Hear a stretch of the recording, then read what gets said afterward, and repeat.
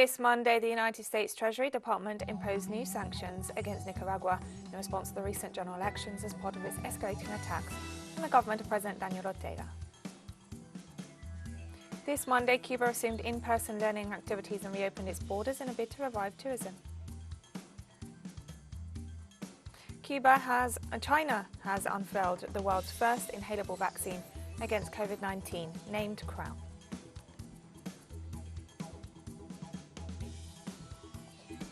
From the headquarters of teleSUR English in Havana, Cuba, this is from the South. I'm Katrina Goss.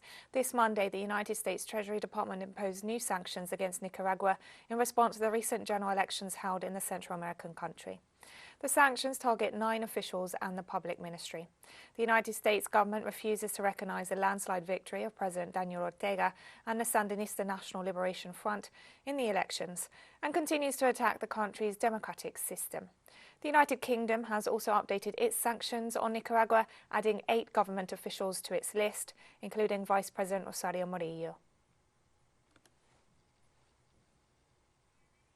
During a press conference at the European Parliament in Brussels, former Brazilian President Luiz Inácio Lula da Silva said he's willing to stand in the country's 2022 presidential elections. Lula said he's willing, motivated and in good health to be a candidate, adding he would only make his decision early next year, months before the October election. Lula, a former trade union leader who was president between 2003 and 2010, enjoys a strong lead in polls against current far-right President Jair Bolsonaro. In Brussels, Lula again dismissed the graft charges that saw him imprisoned and prevented him from standing in the last election as political persecution. All charges were overturned this year by Brazil's Supreme Court. Lula has received a warm reception as he tours Europe, in stark contrast to Bolsonaro, who appeared isolated at the Group of 20 Leaders Summit in Rome just a few days ago.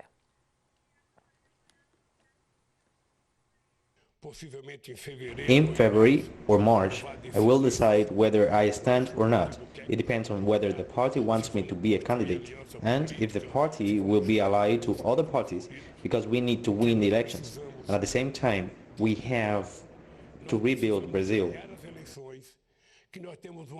It's clear that there is an easy solution to help Brazil. It is by putting the poor people in the budget to help improve the situation in our country. That's why the Workers' Party will put forward a candidate, and if it's me, I'm willing, I am motivated, I am in good health. Bolsonaro today represents an important part of the far right that is fascist, Nazi, whatever you want to say about the Brazilian government's policies. Brazil does not deserve what it is going through. This Sunday's legislative elections in Argentina saw the ruling Front for All coalition secure a slim majority in the lower house, while it lost its Senate majority to the right-wing Together for Change coalition. With more than 98% of votes counted, the main opposition bloc secured 42% of the vote, while the Front for All obtained 33.5% at the national level. The ruling coalition now has 119 of the 257 seats in the Chamber of Deputies. The opposition Together for Change coalition now has a total of 31 Senate seats out of 72.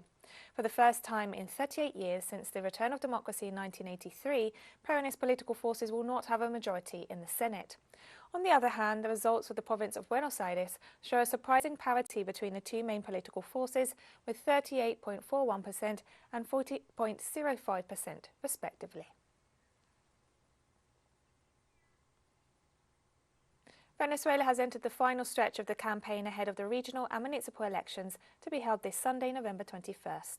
With 90% of the electoral schedule completed, more than 20 million Venezuelans are called to the polls this weekend in a crucial election. The president of the National Electoral Council, Pedro Calzadilla, recalled that the campaign period ends on Thursday. Over 14,000 polling stations will be installed across the country, with more than 30,000 automated voting machines. Venezuelans will elect 23 governors, 335 mayors, and the members of state-level legislative councils and municipal councils.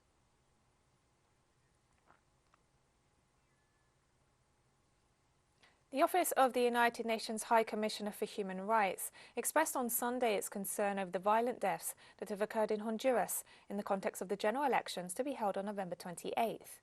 Through its official Twitter account, the UN office referred to the murders in recent days of the mayor of the municipality of Cantarranas, Francisco Gaitan, the local leader of San Luis, Santa Barbara department, Elvir Casaña, and Luis Gustavo Castellanos of San Jerónimo in the department of Copan. According to the office, since the call for primary elections in the Central American country in September 2020, at least 28 people have been killed in the context of political violence. In view of the attacks against political actors, the UN urged the electoral authorities to ensure that the elections of November 28th are conducted in an atmosphere of peace and respect for human rights, while expressing solidarity with the victims and their families. Ecuadorian President Guillermo Lasso has appointed a new head of the armed forces in the midst of escalating violence, insecurity and prison riots. After the resignation of Vice Admiral Jorge Cabrera following yet another prison riot that left dozens of inmates dead, President Lasso appointed General Orlando Fuel Revelo as Chief of the Joint Command of the Armed Forces. Lasso also formalized a new appointment for the position of General Director of the National Service for the Comprehensive Attention to Adults Deprived of Their Liberty and Juvenile Offenders after the resignation of Bolivar Garzón in the midst of the massacres in the Litoral prison. Fausto Cobra remains at the helm of the service. And Ecuador's Attorney General's office on Sunday called for the implementation of urgent measures to address the crisis in the country's prison system, aggravated by the two most recent massacres that occurred in a prison compound. The office pointed out that 40% of persons deprived of liberty in Ecuador have not been sentenced. The prosecutor's office requested the National Service for the Comprehensive Attention to Adults Deprived of Their Liberty and Juvenile Offenders promote, without delay, procedures aimed at prison benefits determined in the Comprehensive Organic Penal Code. Ecuador's prison system has been experiencing a crisis since 2019, when the administration of former President Lenín Moreno was halfway through, which has worsened in recent months under the administration of Guillermo Lasso. The latest tragic event occurred on Saturday, when violence between factions inside the Guayaquil prison claimed 68 lives, in addition to 25 injured inmates. And we'll be right back after this very short break. Don't go away.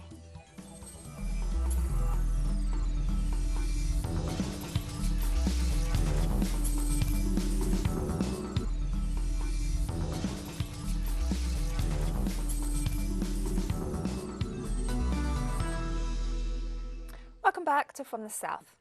On Monday, Cuba reopened its borders to international tourism in a bid to resume the essential economic activity. 10 international airports on the island are ready to welcome travellers after several months of pandemic restrictions. According to tourism authorities, the resumption of international flights will be controlled and gradual. So far in 2021, Cuba has received 200,000 foreign visitors, but experts forecast the arrival of another 100,000 tourists by the end of the year.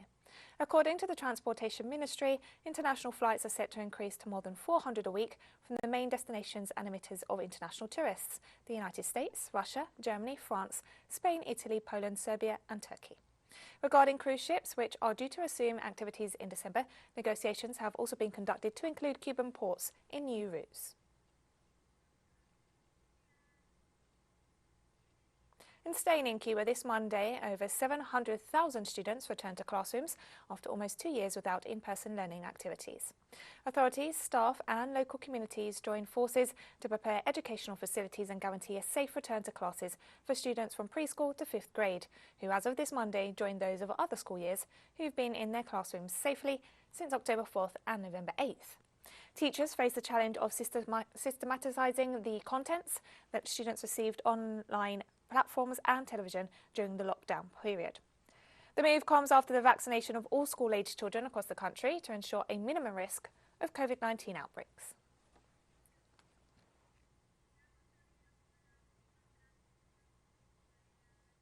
Mayabeque will resume the school year with more than 56,000 students of different educational levels in the matter of the coverage of the school year 2019-2020. And that we have a ratification in the school year 2020-2021. It's a satisfactory school coverage. We are talking about that we will have a 96.8% complete without alternative. The network of intellectuals, artists and social movements in defense of humanity reaffirmed its unconditional support for Cuba in the face of the blockade promoted by the United States. The network also denounced the destabilizing acts that have taken place in the country recently, noting that they're part of a plan to put an end to the Cuban Revolution and stress support for the self-determination of the Cuban people, free of international interference. Members of the network urged their colleagues not to lend themselves to the web of intelligence agencies and counter-revolutionary associations and foundations that are being financed by the US State Department to launch multiple attacks on Cuba's democratic system and that seek to generate chaos and ideological confusion. Condemning, as you yourself called for, the campaigns to subvert the internal order, the media campaigns against Cuba, against peace in Cuba, and against the blockade. And Cuba is going to live in peace, and living in peace, we are going to improve ourselves. About November 15, I would not give it more importance than it has. And there is a whole narrative, but there is a reality, and in that reality, behind that narrative, there is a set of relationship, links, and really obvious evidence that let you know that it's not a legitimate things. This Monday, the candidates to the presidency of Chile will detail their government programs for the next 4 years in their last debate ahead of the general elections of November 21st. The candidates of the leftist Approved Dignity Coalition, the far-right Republican Party, the New Social Pact, the Progressive Party, the Patriotic Union, and the Together We Can Do More Alliance are expected to attend the debate. The candidate of the Party of the People, Franco Parisi, will not participate in the debate because he tested positive for COVID-19 in the United States and will not be possible for him to arrive before the first round of the elections. Misinformation, false news, and unfounded accusations have accompanied the electoral campaign in Chile, which began 2 months ago. Some 15 million people are summoned to the polls this Sunday, November 21st, to elect the president, senators, deputies, and regional councillors.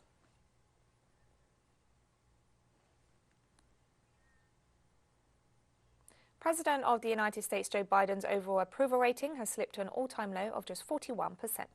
Biden, who reached the White House thanks to an alliance between independents and Democrats, is experiencing a loss of support among those who backed him for the presidency. In a Washington Post ABC News poll focused on different areas such as the management of the pandemic infrastructure and social programs, more than 50% of those polled out of 1,000 disapprove of Biden's administration.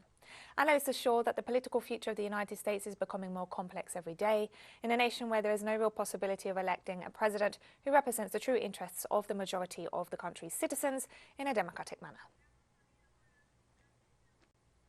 I didn't vote for him, but I wasn't against him like I am now.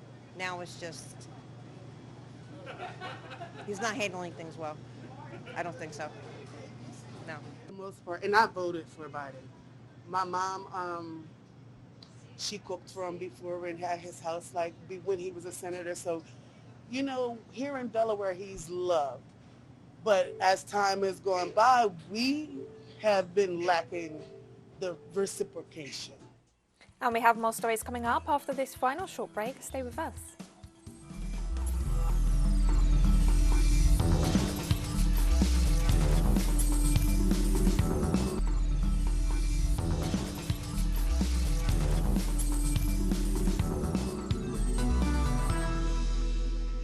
Welcome back to From the South. China has unveiled the world's first inhalable vaccine against COVID-19 named Crown. Jointly developed by Chinese military infectious disease expert Chen Wei's team and the Chinese biotech company CanSino Biologics Inc., the vaccine was presented at the 5th Henan International Health Industry Expo held in Haikou City. The vaccine's inhaled through the mouth and currently in phase 2 clinical trials. According to research, aerosol vaccination with 1/5 of the intramuscular dose could trigger a cellular immune response similar to that of 1 dose of intramuscular injection.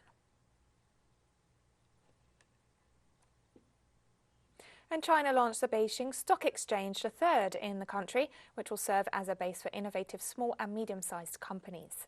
The new exchange debuted with the participation of 81 companies with a good response from the markets. The measure had been announced by Chinese President Xi Jinping on September 2nd, and according to the authorities, this stock exchange will serve entrepreneurs by channeling funds into innovative smaller companies. It will also promote the implementation of various policies and contribute to the high-quality growth of China's economy. Beijing joins the already existing Shanghai and Shenzhen stock exchanges.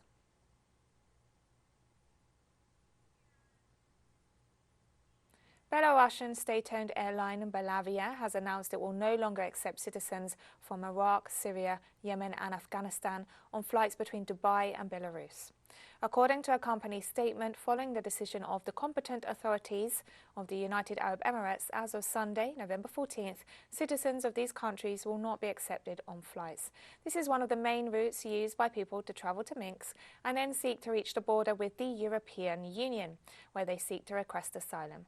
The move comes as Belarus attempts to provide services for people stranded on its borders with Poland as they seek to enter the EU country, and at the same time that the European Union threatens to increase sanctions against Belarus for supposedly not controlling the flow of people to Poland.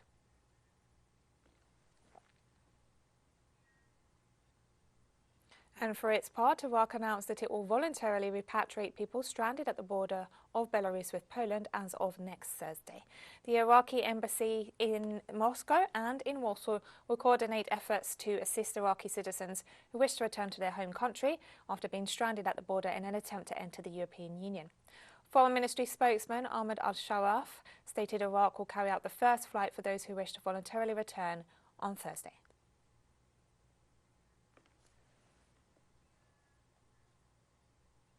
And the European Union agreed on Monday to step up sanctions against the government of Belarus as the bloc seeks to blame the country for the numbers of people trying to cross Poland's borders into the EU.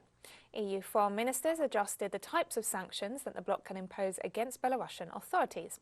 Although it will not have immediate effect, the amendment will allow the bloc to enforce sanctions on individuals and entities that allegedly collaborate with Minsk to facilitate the illegal crossing of asylum seekers into the EU. Those affected by the sanctions will be named in common days. The move also means measures will include airlines and travel agents allegedly involved in the transport of people to EU borders.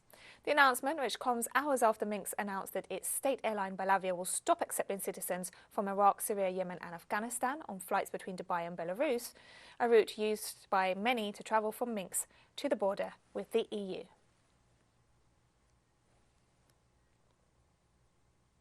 At least 20 people were killed and 22 injured Sunday in an armed attack attributed to extremists operating in northern Burkina Faso. The country's security minister, Maxime Cohen, said the attack was perpetrated near a gold mine in Enata town 2 days after another armed attack left 7 policemen dead near the country's borders with Mali and Niger, where extremist groups with links to Al-Qaeda and the Islamic State operate.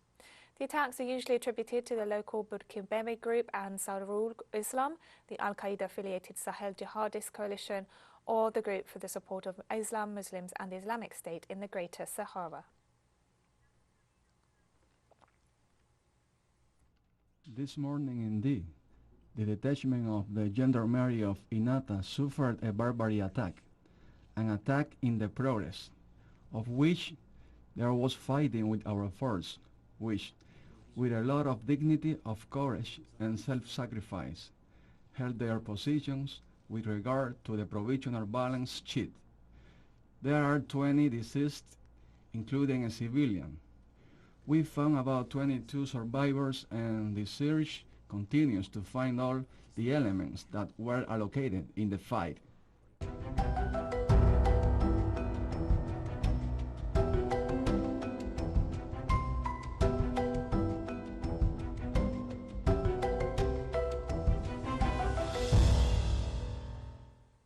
At least 2 people died and 27 were injured after 2 strong earthquakes struck southern Iran on Sunday. The 6.4 and 6.3 magnitude earthquakes, with just 90 seconds between them, had their epicenter at a depth of 15 kilometers in Hormozgan province, according to the Iranian Seismological Center. So far, the Iranian Red Crescent has registered 2 victims, the first of whom was a 22-year-old man who was killed by falling electricity pole. Iran's deadliest quake was a 7.4 magnitude tremor that struck in 1990, killing 40,000 people in the north of the country.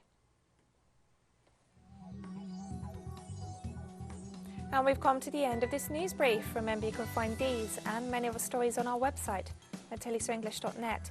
You can also follow us on social media for all the latest news. We're on Facebook, Twitter, Instagram and Telegram. For TeleSUR English, I'm Katrina Goss. Thank you for watching.